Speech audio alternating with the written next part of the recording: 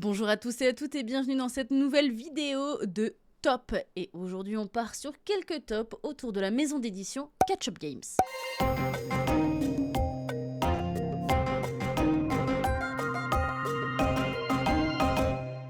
Une fois encore, on va voir plusieurs tops. Aujourd'hui, un top de jeux que j'aime vraiment bien chez Ketchup. Des jeux que j'aime bien, mais voilà. Des jeux que j'aime pas trop, mais on n'aime pas dire qu'on n'aime pas, donc c'est des jeux où je peux pas. Et un top de jeux qui me fait envie, que je n'ai jamais joué, mais qui me tente vraiment bien et que je n'ai pas eu l'occasion encore de tester. On commence avec le top des jeux que j'adore, et le premier n'est clairement pas original, il s'agit de Faraway. Voilà, c'est pas comme si on en avait déjà beaucoup parlé sur la chaîne, que ce soit sur Twitch, que ce soit sur YouTube ou encore même sur TikTok. Faraway, signé Yoann Goupy et Corentin Lebras. Yoann Goupy, je vais pas m'étendre sur le sujet, mais je suis une véritable fanzouse de son travail. J'aime bien, voilà, j'adore. C'est un jeu qui fonctionne tellement bien qu'il a même reçu l'As d'or initié 2024. Donc voilà, il n'y a pas non plus besoin de s'étendre à 1 million d'années là-dessus. Le gros plus de Faraway, c'est que c'est un jeu initié, donc un jeu qui n'est pas vraiment fait pour les débutants, pour les gens qui ne s'y connaissent pas trop en jeu de société. Pourtant, c'est un jeu qu'on peut totalement présenter à tout le monde. En soi, les règles, la façon de jouer, la mécanique, c'est simple, très compréhensible. Néanmoins, c'est sur la façon de remporter des points et de gagner la partie que ça se complique. Qu'est-ce qui se passe dans Faraway? Eh bien, dans Faraway, déjà, on a une espèce de sorte de deck building, puisqu'on va composer notre main à chaque tour d'une nouvelle carte, qu'on va pouvoir choisir, mais avec quelques contraintes.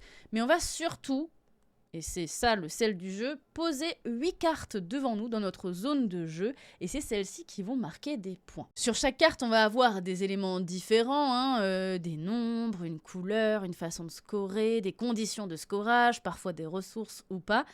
Et c'est là que ça va se compliquer. Parce que oui, la dernière carte devient la première et c'est elle qui va commencer par marquer des points. Et c'est donc la première carte qui va demander peut-être le plus de ressources pour pouvoir scorer. Donc vous voyez, il y a des petits twists, il va falloir réfléchir. C'est un véritable casse-tête, ça fait des nœuds vraiment au cerveau. Il y a plein de gens qui vraiment, je pense, transpirent du cerveau en jouant à ce jeu. Moi, c'est ce que j'aime. Justement, c'est que ça te brain, ça te casse la tête. Tu réfléchis, tu essayes d'anticiper, tu penses à l'envers. Ça, c'est totalement le genre de jeu qui me stimule et qui me donne du plaisir. Voilà, on peut le dire, jouer à des jeux, ça donne du plaisir. Oui, oui. Et outre la mécanique et le fait que ça stimule, etc., je trouve que le point positif aussi, c'est que c'est un jeu qui fonctionne très bien et qui est un petit jeu. On va pas mettre 1 milliard d'années à jouer, bien sûr on peut réfléchir, ça peut prendre du temps, ça dépend avec qui on joue. Calmez-vous dans les commentaires, je ne vise personne. Mais c'est un jeu qui est de façon générale jouable un peu partout avec n'importe qui et qui passe surtout dans un sac ou dans une valise. Alors à titre perso, moi j'enlève la boîte pour le transporter, je mets mes cartes sous élastique dans une pochette plastique et hop, le tour est joué. Il y a un truc aussi que j'adore avec ce jeu, c'est que j'ai pu y jouer avec l'auteur lui-même avant la sortie du jeu. Et je pense que c'est quelque chose qui rajoute aussi de la valeur du coup à Faraway pour moi, puisqu'en plus c'est un auteur que j'adore vraiment, donc le rencontrer, pouvoir jouer à un de ses jeux, c'était déjà fou pour moi. Et j'ai tendance à souvent dire que les gens passionnés sont passionnants, et quand ils nous présentent quelque chose dont ils sont passionnés, cette chose devient aussi passionnante. Je sais pas si vous me suivez. En tout cas, c'est le cas pour Faraway. Après, si je devais trouver un point négatif pour Faraway, je peux en trouver un. C'est-à-dire qu'à la sortie de Faraway, il s'est passé un truc que moi je comprends pas trop. Je comprends qu'au niveau de la de la collectionnite, etc., ça ait un sens, mais pour moi, ça n'en a pas du tout, en fait. Faraway, quand c'est sorti en plusieurs éditions différentes. En gros, c'est une même édition, mais avec des couleurs différentes et un personnage différent sur la boîte. Avec un certain nombre d'exemplaires tirés pour chaque édition. En soi, c'est cool, chacun peut choisir celui qu'il veut, etc. Le jeu à l'intérieur reste vraiment le même partout. Il y a juste la boîte qui change. Quand je suis allée acheter ma boîte de Faraway, on m'a dit, tu devrais pas prendre celle-là, tu devrais prendre celle-ci. Il y a eu moins d'exemplaires de tirés, ça aura plus de valeur plus tard. Soit. J'avoue que je n'achète pas des jeux pour que ça ait de la valeur dans ma ludothèque. Surtout que pour moi, c'est pas les boîtes de jeux qui ont de la valeur, mais le temps alloué à jouer. Oui, c'est-à-dire que vraiment, je suis vraiment en train de dire que si un jour tu veux me faire un cadeau, au lieu de m'offrir un jeu, offre-moi plutôt du temps pour jouer avec moi, je serais tout aussi contente. Je pense que ça a vraiment un objectif peut-être commercial, je sais pas, un petit délire, etc. Mais moi, de la collection, en fait, tant que j'ai le jeu et que la boîte me plaît et que le jeu, surtout à l'intérieur, me plaît, c'est le plus important. Mais voilà, c'est Un truc que j'ai pas trop compris, c'est peut-être le point négatif, enfin, c'est ce que c'en est vraiment un, je suis pas sûre. Mais voilà, s'il en fallait un, ce serait ça. On passe au deuxième jeu, et bah bizarrement, on a encore du Yoann Goupil dans les co-auteurs. Cette fois-ci, on est avec Bruno Cathala, le grand Bruno Cathala, grand maître des jeux de société en France. Il s'agit du jeu Orichalque. En faisant stop, je me suis d'ailleurs posé la question, est-ce que si j'avais découvert Orichalque aujourd'hui et pas à l'époque où il est sorti, est-ce que j'aurais été autant hypée par le jeu? Je me suis vraiment posé la question en me disant peut-être pas. Et puis j'ai re-regardé la bande-annonce du jeu sur le site de Ketchup. Et bah ça m'a redonné envie et j'ai re-été hypée par le jeu. Donc je pense que oui, j'aime vraiment bien ce jeu. Orichalque, qu'est-ce que c'est? Eh bien c'est un jeu de pose de tuiles, mais aussi de stratégie, de mise en place de certaines choses. En gros, le pitch c'est ça. L'Atlantide, cette prophétie s'est enfin réalisée. Donc catastrophe, on n'a plus d'endroit où habiter et on est en recherche d'une terre idéale pour faire vivre notre peuple. Donc chacun et chacune des joueurs et des joueuses va avoir un plateau individuel qui représente un peu une petite île habitable qu'on va venir explorer. Pour l'explorer, eh bien, il y a une rivière de cartes et de tuiles au milieu de la table. Sur chaque carte, il y a donc des tuiles composées de 1, 2 ou 3 paysages. Il y a aussi une action possible et parfois des monstres. Donc à notre tour de jeu, on va venir chercher ces cartes avec ces fameuses tuiles, on va placer les tuiles sur notre plateau, on va garder la carte pour faire son action, etc. etc. Dans ce jeu, il y a une façon de gagner, c'est-à-dire qu'il faut avoir 5 points de victoire. Sur notre plateau de jeu, en fait, il y a 5 encoches au-dessus qui nous permettent de venir glisser les différentes façons de scorer pour remporter 5 points de victoire. Ces façons de scorer, c'est quoi? C'est les dieux et les déesses. Donc un certain nombre de tuiles identiques adjacents déclenchent un dieu ou une déesse. Attention néanmoins, on peut se les faire voler, donc il faut peut-être pas bâtir toute notre stratégie sur le fait d'avoir des dieux et des déesses. On va pouvoir construire des médailles d'Orichalque. L'Orichalque, c'est des sortes de pépites d'or qu'on va pouvoir venir miner aussi sur notre plateau. Et enfin, à l'inverse des dieux et des déesses, si on colle plusieurs territoires complètement différents, on va pouvoir y venir construire un temple. Et là, c'est aussi un point de victoire assuré. Donc c'est une petite course comme ça où on va essayer d'avoir 5 points de victoire en premier, mais en venant du coup faire des choses différentes de nos voisins. Donc voilà, quand je dis qu'en fait Orichalque c'est très bien, et bah c'est très bien. Pour moi ça coche plusieurs choses. Déjà le pitch est très bien, voilà. Je trouve que ça sort un peu de l'ordinaire. En tout cas, moi, j'avais pas forcément joué à des jeux qui nous parlaient de l'Atlantide. Néanmoins, la mécanique de venir faire un paysage sur son plateau individuel, ça, c'est pas très original, hein. On l'a déjà vu et on le reverra, je pense, encore dans longtemps. Après, ce que je trouve très cool dans ce jeu, c'est qu'il y a plusieurs façons de remporter des points, que tu fais ton petit micmac dans ton coin, mais en même temps tu peux observer ce qui se passe chez tes adversaires, interagir aussi, puisque tu peux venir prendre des tuiles pour leur mettre des bâtons dans les roues. On pourra activer aussi des petits bonus avec nos dieux, nos déesses, etc. etc. Pour autant, c'est pas compliqué. C'est-à-dire que c'est assez simple à expliquer. Je pense que rien qu'avec ce que je vous ai dit, si vous avez déjà un peu le nez dans les jeux, vous pouvez jouer. Après, si c'est votre première fois, si vous n'avez pas l'habitude, bien sûr, il faudra lire les règles, jouer avec les règles à côté, etc. Mais je trouve que c'est très accessible et ça n'est pas moins profond comme jeu. Voilà, il y a une vraie profondeur de jeu. En tout cas, moi, je prends beaucoup de plaisir à jouer à Orichalque. Et tellement que je me pose même la question pourquoi je n'y joue pas plus souvent. Et la réponse, c'est le temps. Encore une fois, quand je vous dis que le temps est une richesse, c'est une richesse. Et le troisième jeu de ce top, qui n'est pas des moindres, est un jeu signé Florian Siriex et il s'agit de After Us. Et After Us, qu'est-ce que c'est bien! Oh là là, moi j'ai adoré faire des parties. Néanmoins, j'ai l'impression que c'est un peu qui tout double avec ce jeu, parce que moi je l'adore, ma femme le déteste. C'est pour ça qu'on l'a pas à la maison d'ailleurs, parce que je n'aurai personne avec qui jouer. Pour vous faire le pitch un petit peu, After Us, ça se situe dans un univers post-apo. L'humanité s'est fait décimer, et ce sont les singes qui ont repris un petit peu leurs droits et qui, par gang, prennent le dessus sur la civilisation. Et le but du jeu, c'est d'atteindre le maximum de points d'intelligence collective. Donc oui, c'est une course, puisque le jeu va se terminer à partir du moment où un joueur ou une joueuse atteint 80 points d'intelligence collective. Ça veut pas dire que c'est cette première personne qui atteint la ligne d'arrivée qui gagne. Non, puisqu'on termine le tour et au final, ce sera bien la personne qui a le plus de points qui va remporter le tout. Et côté mécanique, c'est plutôt cool. On a affaire ici à un deck building. Mais pour avoir des cartes cool, il va falloir avoir pas mal de ressources. Mais pour avoir pas mal de ressources, il va falloir avoir pas mal de cartes cool. Voyez un peu la boucle? Bon, en réalité, comment ça marche? On commence tous et toutes avec un petit deck de départ, comme la plupart des jeux dans ce style-là, et au fur et à mesure, on va l'améliorer. En gros, une manche va être composée de 3 phases. La première, ça va être de piocher 4 cartes dans notre deck, donc les 4 cartes du dessus, et les mettre face à nous. On va alors pouvoir les mettre dans l'ordre qu'on veut, puisque sur chaque carte, il va y avoir des cartouches, en gros, qui sont carrés ou rectangles, qui vont nous permettre de faire plusieurs actions. La première ligne, ça va être de récupérer les fameuses ressources. La deuxième ligne, utiliser ces ressources pour potentiellement gagner des points de victoire, ou juste gagner des points de victoire. Et la troisième ligne, ça va être une ligne un petit peu spécifique au singe, avec des petits pouvoirs. Voilà, donc plus on va avoir des grosses cartes, et plus on aura des choses sur cette troisième ligne. Donc, première phase, on fait ça, on active nos lignes, etc., etc.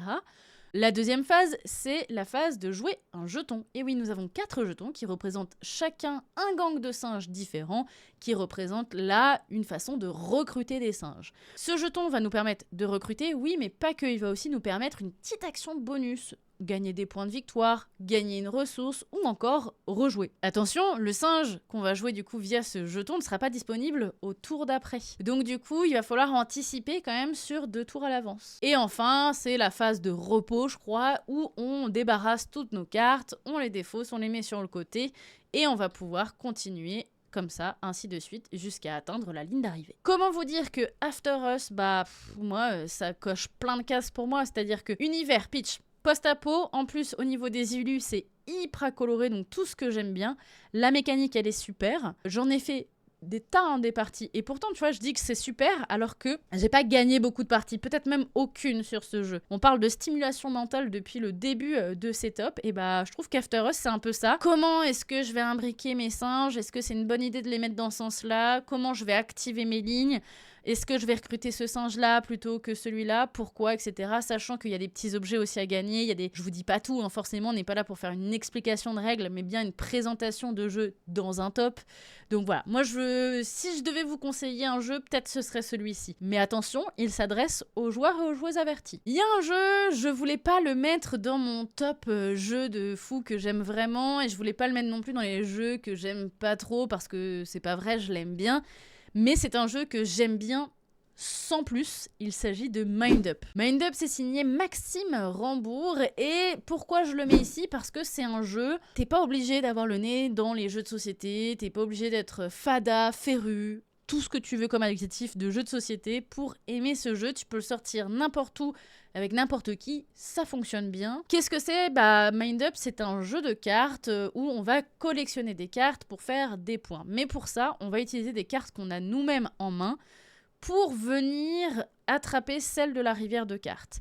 Comment ça va se faire? Ça va se faire avec du pari. Il y a même une espèce de double guessing, puisque t'es là, genre, je pense que ces joueurs veulent cette carte, du coup, il va falloir que je joue plus ou moins grand. Je vous explique. Imaginons, on joue à 3.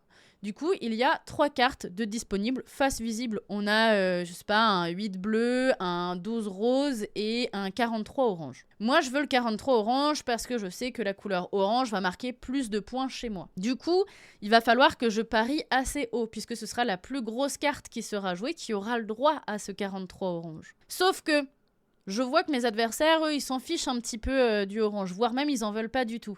Donc j'imagine bien qu'ils vont pas jouer très haut. Donc est-ce que je vais prendre la peine de dépenser une très grosse carte pour l'avoir?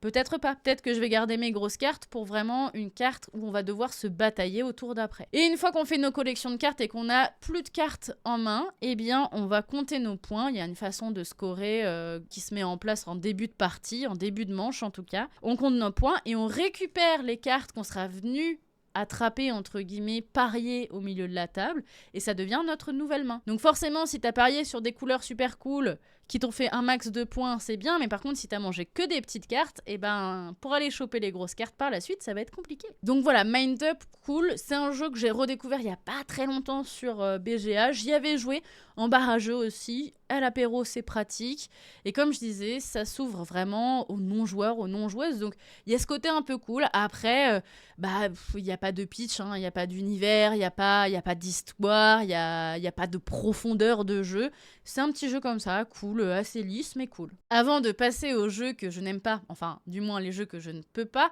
on va parler du jeu auquel je n'ai jamais joué et que j'aimerais bien découvrir. En tout cas, il m'avait attiré l'œil du coup au moment de sa sortie. Il s'agit des Gardiens de Havresac, signé Frédéric Guérard. Les Gardiens de Havresac, c'est un jeu qui m'avait grave attiré à la sortie, mais j'ai pas du tout eu l'occasion d'y jouer, ni le temps, ni le moment, enfin bref, ça s'est pas fait. Alors pourquoi est-ce que ça m'attire comme jeu? Eh bien parce que c'est l'univers typique que j'aime bien, c'est-à-dire qu'on va faire notre petite team d'aventuriers, vous savez, avec un chevalier, un magicien ou un mage, un druide, un voleur, un archer, etc. Donc une team d'aventuriers qui bizarrement s'est rencontrée dans une taverne, vous savez, et qui va partir à l'aventure pour ici Havresac. Donc il va y avoir des petites quêtes pour gagner des points de victoire, on va devoir battre des monstres, on va devoir aussi aider à réparer des villages, on va aussi gagner de l'argent, on va voir des coffres, etc. etc. Avec l'argent, on va pouvoir améliorer notre team. Et le but, c'est de faire un maximum de points et donc de sauver Havresac. Un saut dans la mécanique du jeu, ici, on a affaire à un bag building. Donc du coup, on a un sac avec nos aventuriers dedans. Et au fur et à mesure, on va les piocher pour pouvoir les jouer les uns après les autres. Avec l'argent qu'on aura, on pourra acheter plus ou moins d'aventuriers. Donc au fur et à mesure, notre phase de jeu va être de plus en plus longue et on va pouvoir faire de plus en plus de choses. Donc normalement, on est censé marquer de plus en plus de points. Par contre, ce jeu, même s'il me fait grave envie, j'ai pas eu de super retour et j'en ai pas entendu beaucoup parler. Et en fait, il y a une chose qui me fait peur, et c'est pour ça que j'aimerais bien le tester pour voir si cette peur est avérée ou pas. C'est que c'est un jeu qui se joue de 1 à 4 joueurs. Sauf que j'ai l'impression que quand on joue à 4, c'est comme si on jouait en solo. Je m'explique. Pour avoir vu des vidéos, pour avoir vu des explications de règles, chaque joueur a son plateau individuel qui représente sa vallée, avec les mêmes emplacements de coffres, d'arbres, etc., etc. Donc j'ai un peu l'impression que dans une partie, il n'y a aucune interaction entre joueurs et joueuses. On fait notre petit truc, on construit notre team, on l'améliore au fur et à mesure, et à la fin, on compte juste les points, et c'est la personne qui en a le plus qui va tirer son épingle du jeu. C'est tout. Si c'est ça, j'en sais rien, du coup j'y ai pas joué, n'hésitez pas pour ceux qui l'ont testé à mettre des commentaires et à me dire ce que vous en avez pensé, mais si c'est le cas, c'est un peu dommage parce que je pense qu'on aurait pu créer de l'interaction. Dans ces univers-là, qui sont des univers qui me parlent, personnellement moi c'est des univers que j'adore, que ce soit en niveau de jeux de société, jeux vidéo ou encore en animé, puisque je regarde aussi pas mal d'animés. On sait que dans ces univers-là, donc ce que je disais, on a plusieurs groupes d'aventuriers qui du coup forment des guildes. Eh bien chacun aurait pu avoir sa guilde. Et puis, du coup, quand il y a des quêtes dans le village, ça va être la première personne qui va prendre la quête. Il y a des quêtes qui vont rapporter plus ou moins de points. Et dans ce cas, c'est un peu une course à la quête, etc. C'est en plusieurs manches et on voit qui c'est qui a le plus de points à la fin. Là, ça aurait créé de l'interaction, puisqu'on se serait un petit peu tiré dans les pattes pour avoir certaines quêtes. Quelqu'un aurait fait peut-être plein de petites quêtes, quelqu'un aurait misé sur les grosses quêtes. Du coup, on n'aurait pas joué nos aventuriers et nos aventurières de la même façon, on n'aurait pas misé sur les mêmes personnages. Je pense que ça aurait été vachement intéressant. Après, comme je l'ai dit, je n'y ai pas joué, je n'ai vu que des vidéos de présentation, je n'ai même pas eu le jeu en main, donc c'est un avis hyper de surface. Enfin, en gros, voilà, c'est ce que ça me donne l'impression. J'aurais voulu y jouer pour avoir un vrai avis. Voilà, c'est en ça qui me donne envie, c'est l'univers, etc. Après, la mécanique, bah, j'aimerais bien la découvrir. Voilà, si un jour l'occasion se présente, je pense que je jouerai à ce jeu très volontiers. Petite réflexion comme ça, juste avant de terminer la vidéo, c'est une petite parenthèse. Est-ce que les gens qui bossent chez Ketchup sont fans de Jurassic Park? Parce qu'il y a quand même pas mal de jeux autour des dinosaures, hein. Cubosaur, God's Love Dinosaur ou encore Dinosaur Island. Petite thématique qui revient pas mal quand même. Allez, trêve de plaisanterie, on passe au dernier top, le top des jeux que j'aime pas trop, en tout cas, je peux pas. Et là, ça va être assez soft puisqu'on va commencer avec Sobek 2 joueurs. Là encore, du Bruno Catala, mais cette fois-ci avec Sébastien Pochon. Sobek 2 joueurs, c'est un jeu qui découle du Sobek plusieurs joueurs, et je pense que peut-être il a ce défaut justement des jeux de 2 joueurs qui découlent de jeux à plusieurs joueurs. En général, il y a des jeux à plusieurs joueurs, à 2 c'est très bien. Hein. Et il y a le « attends, peut-être que si on rajoute des twists, etc., à 2 joueurs, ça va être plus intéressant quand même ». Et des fois, ça marche, des fois, ça marche pas. Très souvent, je trouve que ça marche pas. Sobek, pour vous présenter un petit peu la chose, c'est un jeu de marché, de marchands, et le but, c'est de devenir le plus riche des marchands. Ouais, c'est pas très original, c'est un pitch qu'on retrouve déjà chez Djepour ou encore tout simplement chez Marrakech. Et il y a des petites choses qu'on retrouve d'ailleurs dans les 3. Si je dis pas de bêtises, c'était peut-être la première fois aussi où on voyait du coup ce marché en forme de spirale qu'on a retrouvé derrière chez Splendor Duel. Là, on passe sur du vu et du revu du coup. Non, je suis très critique, mais en réalité, Sobek, c'est pas un mauvais jeu, c'est juste que c'est un jeu que je n'aime pas. Donc on a ce marché en forme de spirale et à notre tour de jeu, on va avoir le choix entre 3 actions.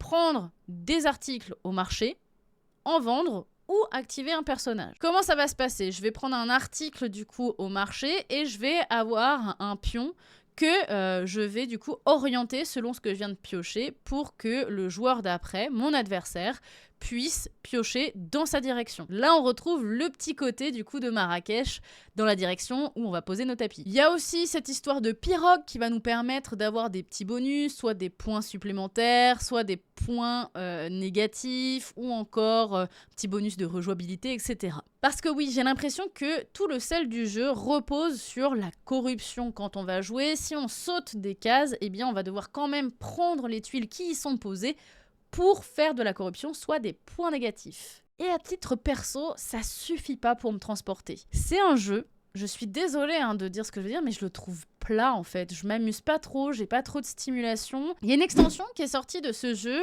et je sais pas trop si elle apporte beaucoup de choses. Je sais que en gros, il y a des tuiles pharaon qui se rajoutent dans le marché et qu'on a des tuiles, enfin des petits jetons pirogue en plus. Je sais pas si ça rajoute un vrai twist dans la façon de jouer, mais voilà. Après, c'est aussi peut-être parce que je suis pas du tout sensible justement à l'univers un petit peu Égypte, pharaon, etc. En général, les jeux sur cette thématique-là ne me plaisent pas forcément, donc peut-être c'est juste, voilà, c'est l'histoire que me raconte le jeu ne m'intéresse pas parce que des jeux de marché, j'ai parlé de Jaipur, j'aime bien ce jeu. Ça me fait pas forcément vibrer, mais j'aime bien. Tu me proposes, on joue à Sobek ou à Jaipur, je joue à Jaipur. J'adore Marrakech, qui n'est pas non plus le jeu le plus compliqué de l'univers, c'est un classique, ça marche juste très bien, c'est pour ça que ça s'appelle un classique d'ailleurs. Mais voilà, Sobek, c'est un jeu que moi ne m'intéresse pas, franchement, voilà, je suis pas sûre d'avoir envie d'y jouer si tu me le proposes. Néanmoins, je comprends en quoi des gens l'aiment bien et en quoi il fonctionne aussi. Et c'est pas pour autant que j'irai pas le recommander à des gens qui cherchent des jeux de joueurs exclusivement. Il n'y a pas énormément de choix en général aussi dans cette catégorie de jeux, si on peut appeler ça une catégorie, puisque en réalité, il y a plein de jeux différents dans deux joueurs.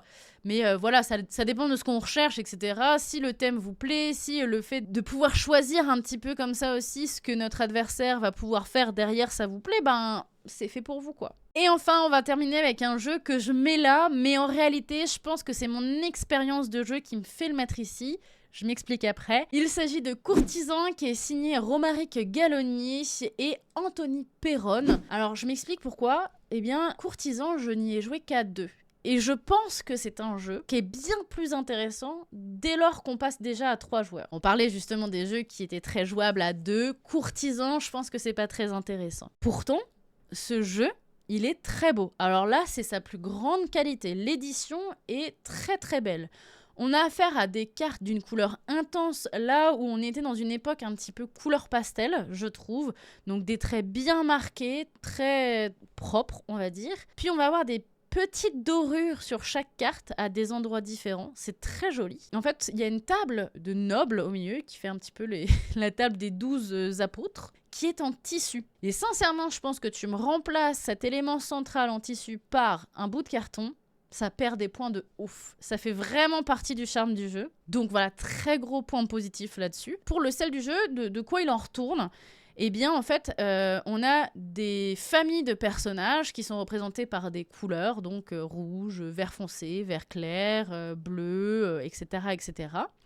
Et à notre tour de jeu, on va devoir jouer une carte chez nous, une carte sur la table de nobles au milieu, là, chez nos 12 apôtres, et une carte chez notre adversaire. Sauf que la carte qu'on va mettre sur la table des nobles, soit on va la jouer au-dessus, et du coup, il y aura un avis favorable, on sera vraiment dans le cœur des nobles, soit du coup, on sera un peu en disgrâce, c'est-à-dire vraiment sous la table. Si notre famille de bleu ciel, par exemple, est en majorité en disgrâce, Ça veut dire que les cartes bleu ciel qu'on aura face visible chez nous seront des points négatifs. Donc le but du jeu, ça va être de donner un maximum de points négatifs à notre adversaire et d'arriver à avoir un maximum de points positifs chez nous. Sachant que au début de la partie, on a des objectifs personnels et qu'on a certains pouvoirs chez nos personnages.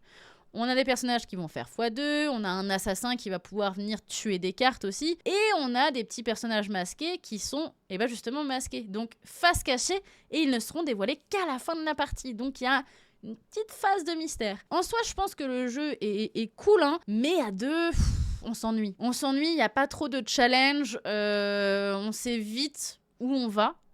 Alors que je pense qu'à partir de 3, on peut avoir plus de fourberie et du coup, ça peut être bien plus intéressant. Donc, sincèrement, si vous avez envie de vous tenter, allez-y. Il fait partie du top des jeux que j'aime pas trop, mais c'est mon expérience de jeu qui fait que je pense que si j'y jouais à plus que 2, j'apprécierais plus ce jeu. Voilà pour le top 2 du jour, un top 2 chez Ketchup Games, qui est du coup une maison d'édition aussi française. N'hésitez pas à aller sur le site pour checker un petit peu les jeux, regarder peut-être les bandes annonces, qui peut vous donner un avis différent du mien et vous faire le vôtre. Bien sûr, on va terminer par les jeux que j'ai, comme ça vous allez voir aussi peut-être la taille, le matériel, etc. Ne vous en faites pas, ça va aller vite, puisque sur la liste que je vous ai faite, il n'y a que 2 jeux que j'ai en ma possession, notamment du coup Far Away, avec l'édition donc verte. Moi j'ai choisi cette édition parce que j'adore le vert, voilà, c'est ma couleur préférée.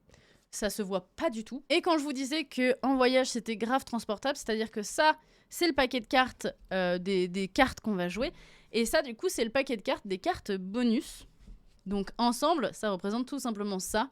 Ce que je vous disais, des petits élastiques, une pochette et hop, dans la valise. Pour vous montrer aussi un peu à quoi ressemblent les cartes. Voilà. Et l'autre jeu que j'ai, du coup, c'est Orichalk, qui est donc une plus grosse boîte, vous le voyez. Donc ici, on a un petit peu plus de matériel. Par exemple, ça, c'est les jetons d'Orichalk qui sont réversibles, puisque derrière, ce sont les temples. Pour faire ces médailles d'Orichalk, il nous en faut de l'Orichalk. Donc voilà un petit peu les petites pépites. On a nos dés pour battre du coup les méchants. Je vous parlais aussi des armées avec les petits hoplites. Et bien voilà, ça c'est les petits hoplites, c'est les petits soldats qu'on va avoir. Les temples qu'on a vus tout à l'heure, c'est pour venir dans les encoches de points. Mais en fait, les temples, ils se représentent comme ça. C'est ça qu'on va mettre sur notre plateau de jeu. Ici, on voit donc les cartes avec l'emplacement des tuiles ici et l'action qu'elle va me rapporter. Les fameuses tuiles, du coup, qui sont ici. Ouais, j'ai même laissé les petits trucs fraîcheurs, vous avez vu. Ici, on a les jetons, du coup, des dieux et des déesses. Et on a 2, ce qu'on appelle des gants de toilette entre nous. Je sais pas comment vous appelez ça, mais petites sacoches comme ça, avec des choses différentes dedans. Dans le rouge, notamment, nous avons, du coup, les petits monstres qui sont représentés comme ça, qui ont leur support. Et du coup, comment il faut les vaincre et ce qu'ils nous apportent. Voilà. Très intéressant, cela dit. Ça, c'est le plateau central où on va mettre les cartes du coup au milieu de la table. Et ça, c'est les plateaux individuels qui sont réversibles. Donc, mine de rien, quand même pas mal de matos sur Orichalk. Je le redécouvre au moment où je fais cette vidéo et ça me donne vraiment envie d'y rejouer. Donc, je pense que là, ce soir, ça va être partie d'Orichalk. Voilà pour la vidéo. Merci de l'avoir regardée. N'hésitez pas aussi à commenter, à liker, à partager. Voilà, je le dis pas souvent, mais je le dis quand même un petit peu. Il faut. On se retrouve très vite, que ce soit sur YouTube ou sur Twitch.